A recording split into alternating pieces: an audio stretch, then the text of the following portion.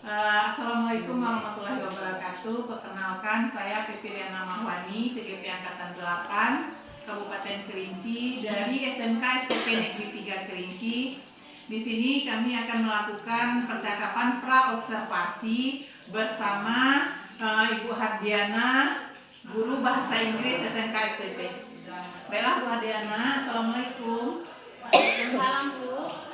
Apa kabarnya Bu? Alhamdulillah baik. Devi gimana kabarnya hari ini? Alhamdulillah baik. Bagaimana hari ini bersemangat Bu? Alhamdulillah tetap semangat. Kita akan berbincang sedikit terlebih dahulu ya Bu dalam percakapan pra-observasi ini. Tujuannya adalah supaya nanti Bu Hardiana bisa mempersiapkan lebih dini sebelum saya melakukan supervisi di kelasnya. Nah, di sini yang ingin saya tanyakan, apa tujuan pembelajaran yang akan Ibu lakukan di kelasnya nanti? Oke. Kalau berbicara masalah tujuan, tentunya kita harus ke ini dulu, topiknya dulu ya Bu ya. Kalau udah jelas topiknya, baru kita lari ke tujuan pembelajarannya. Jadi rencananya Bu Devi, saya akan nanti materi saya yang akan saya sampaikan yaitu tentang descriptive text, di mana nantinya di inti di konten pembelajarannya kita akan mengkolaborasikan, ada kolaborasi di sana antara pembelajaran bahasa Inggris ini sendiri dengan materi produktif yang tentunya Ibu Devi ajarkan sebelumnya. Jadi kita mengkolaborasikan antara pengalaman peserta didik, pengalaman murid kita tentang apa yang telah mereka dapatkan di pembelajaran Devi, dan nantinya akan kita kolerasikan dengan materi yang ada di pembelajaran bahasa Inggris seperti itu. Jadi tujuan tadi Bu ya, tujuan yang pertama yang akan saya sampaikan nanti tujuannya kepada peserta didik, mereka itu mampu menganalisa social function atau struktur dari grammar dalam bahasa Inggris untuk membuat sebuah kalimat deskriptif, karena materi kita tadi deskriptif ya, deskriptif text. Kemudian siswa ini mampu untuk menuliskan paragraf deskriptif ini sendiri yang dikaitkan dengan pengalaman mereka tadi. Saya di sini rencananya mengambil materinya tentang traktor. Jadi mereka menggambarkan traktor itu seperti apa. Nah, apa aja yang ada di traktor, bagian-bagiannya, kemudian fungsinya seperti apa. Itu yang kedua.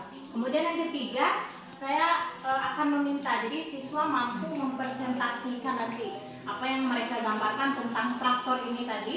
Jadi nanti peserta didik kita minta untuk presentasi seperti itu Bu Devi. Ada 3 tujuan nanti yang akan saya ambil sebagai acuan ya untuk ke depan dalam kegiatan pembelajaran. Baik Bu Hardiana, berarti di sini ada 3 tujuan yang akan disampaikan nanti, dan juga di sini Bu Hardiana ada satu lagi pertanyaan. Nanti di area pengembangannya di bagian mana Ibu? Misalnya di pengetahuannya apa nanti, terus lagi di keterampilannya apa gitu. Jadi ada 2 ya, ada 2 tadi yang akan dikembangkan. Yang pertama itu pemahaman anak dulu, pemahaman tentang membangun atau membuat sebuah kalimat deskriptif. Nah itu yang pertama. Kemudian yang kedua tentunya kemampuan untuk mereka menulis. Nah ada writing tentunya di sana, writing, kemudian ada speaking juga. Jadi ada kolaborasi juga, tidak hanya satu kompetensi ya. Jadi ada 2 kompetensi yang terlihat jelas seperti itu. Pertama ada writing tadi, karena kita meminta mereka memaparkan. Kemudian yang kedua ada presentasi kan, otomatis ada speaking di sana. Berarti 2 area yang dikembangkan nanti ya Bu, antara pengetahuan dan keterampilan. Di sini Bu, dalam mengembangkan 2 area yang Ibu kembangkan tadi, model pembelajaran apa yang akan Ibu laksanakan nanti di kelas Ibu? Ini kalau saya lihat dia lari ke project based learning. Project based learning. Karena apa project based learning? Karena ini kayaknya terlihatnya tidak bisa dilakukan satu kali pertemuan kan? Karena ada tahapan-tahapan yang akan kita lakukan.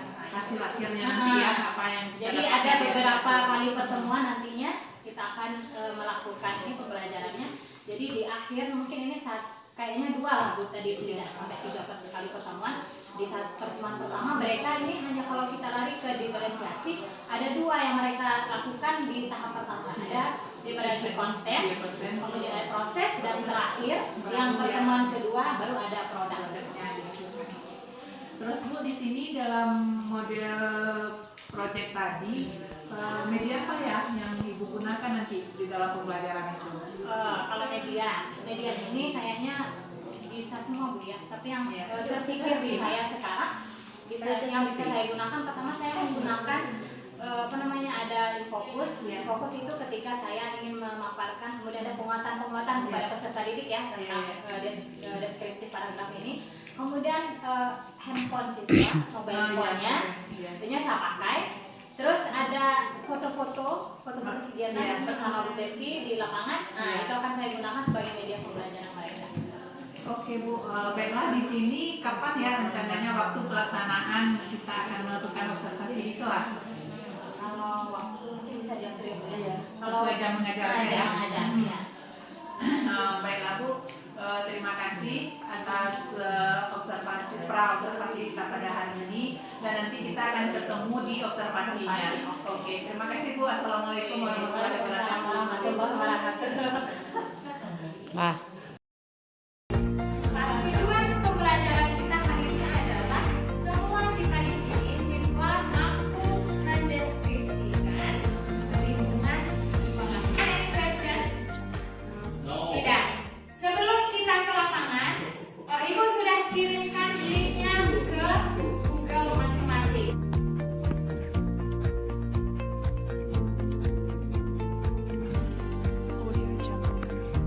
Langsung menuju lapangan. Setelah itu nanti kita akan kembali ke kelas.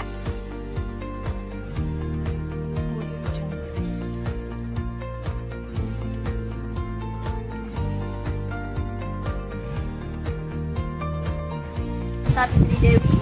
I went to describe part our school. Dear West, please. School view for your attention.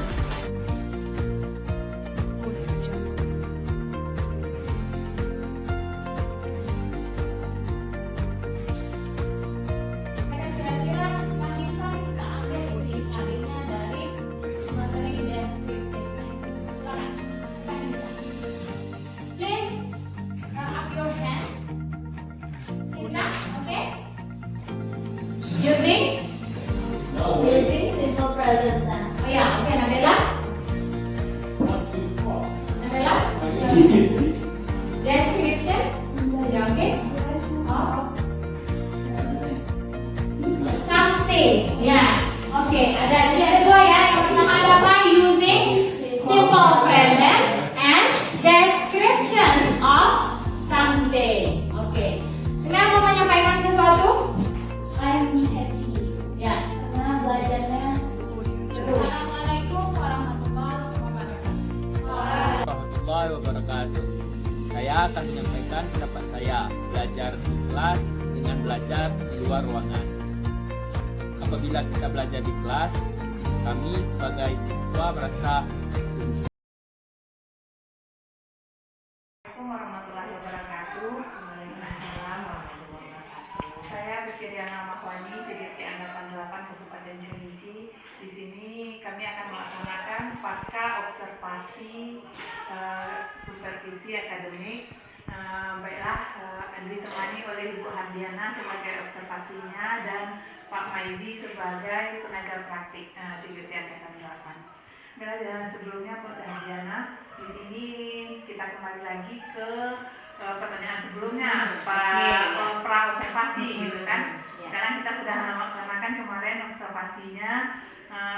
Sekarang yang ingin saya tanyakan, bagaimana perasaan Bu Hardiana setelah diobservasi kemarin?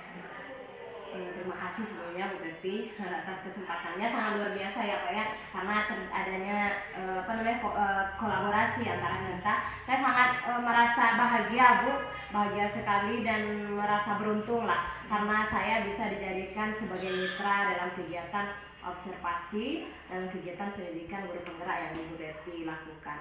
Jadi pengennya saya memang sangat bersemangat kalau bisa kolaborasi. Saya di samping mungkin Ibu bisa memberikan masukan, bisa melihat juga, mungkin juga bisa memberi motivasi juga pada saya. Jadi saya bisa tahu di mana hal-hal yang perlu saya kembangkan, hal baik apa yang sudah saya lakukan, itu menjadi catatan saya dan untuk menjadi pengembangan bagi saya ke depannya. Mungkin itu, Bu.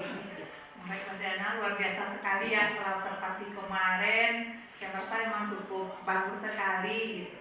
Nah, di sini selanjutnya Bu, dari area pengembangan kemarin, jadi area apa saja yang Ibu kembangkan gitu setelah dalam pembelajaran kemarin? Ya, jadi dalam kegiatan pembelajaran kemarin yang sudah kita lakukan, saya merujuk ke tujuan pembelajaran tentunya yang sudah saya buat sebelumnya, karena di tujuan pembelajaran itu ada beberapa poin. Jadi karena materi kita di sana ada deskriptif di dalam bahasa Inggris, jadi pertama itu saya pengennya anak itu mengetahui fungsi dan sosial tata bahasanya, fungsi sosial bahasa yang digunakan dalam deskriptif tag itu sendiri. Kemudian mereka mampu untuk menganalisa fungsi sosial tag-nya, terus bisa menuliskan sesuai dengan deskripsi kan, misalnya apa temanya, topik yang kita gunakan, jadi mereka bisa memaparkannya itu. Terus yang ketiganya saya mendorong mereka agar mereka mampu untuk mempresentasikan, untuk menyampaikan kepada teman-temannya lagi. Jadi mereka bisa sharing apa yang didapatkan oleh teman yang satu bisa diketahui oleh teman yang lainnya. Jadi pengennya ada kolaborasi di sana. Jadi ada beberapa keterampilan yang saya bangun. Bu, pertama analisa grammarnya, grammar bahasa English grammar di sana. Kemudian yang keduanya mereka mampu untuk menulis, dan yang ketiga mereka mampu untuk menyampaikannya lagi.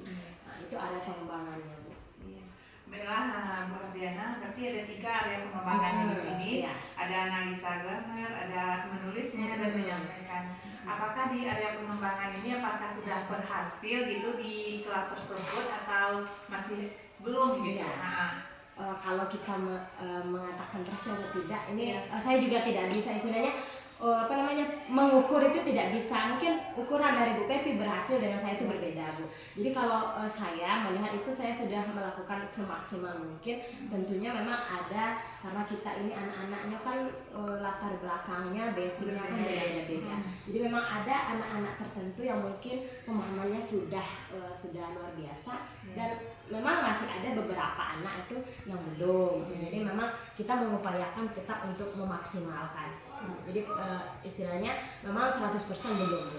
Tentu ada ya, sudah. Tapi kalau kan kita sudah presentasikan 80% mungkin sudah berhasil gitu ya, Bu ya. Jadi di sini dalam pengembangan itu yang 80% berarti sudah berhasil. Terus Ibu di kelas kan menemukan kendala atau hambatan-hambatannya gitu. Apa saja hambatan-hambatan atau kendala Ibu? Ya, betul. Jadi memang ada kendala, Bu, seperti yang saya sampaikan tadi, bahwa anak-anak kita ini punya dia homogen seperti itu ya. Banyak bervariasi dalam segi karakteristiknya, minat bakatnya itu berbeda-beda, Bu. Memang ada anak yang dia verbal itu suka dengan bisa menyampaikan, suka untuk mempelajari bahasa semua. Ada juga yang dia minatnya nggak di sana. Jadi memang kita punya perlakuan khusus untuk anak-anak yang khusus seperti itu kan.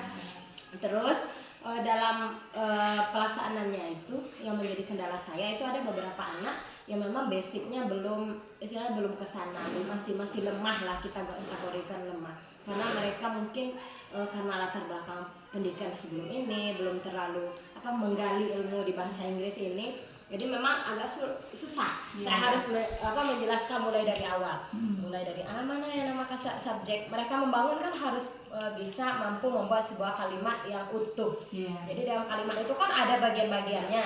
Jadi anak ini kadang di subjek aja mereka nggak tahu.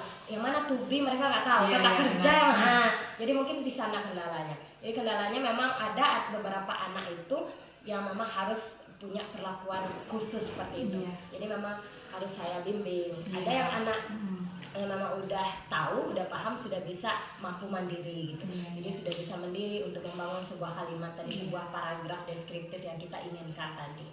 Jadi seperti itu. Jadi kendalanya itu aja, Bu. Kemudian satu lagi, saya kegiatan pembelajarannya banyak di akhir, di ujung-ujung jam pelajaran sehari. Jadi maksudnya itu 3 jam sebelum pulang. Jadi kadang anak-anak ini kan ada yang kelelahan dulu karena kita pertanyaan kecapean.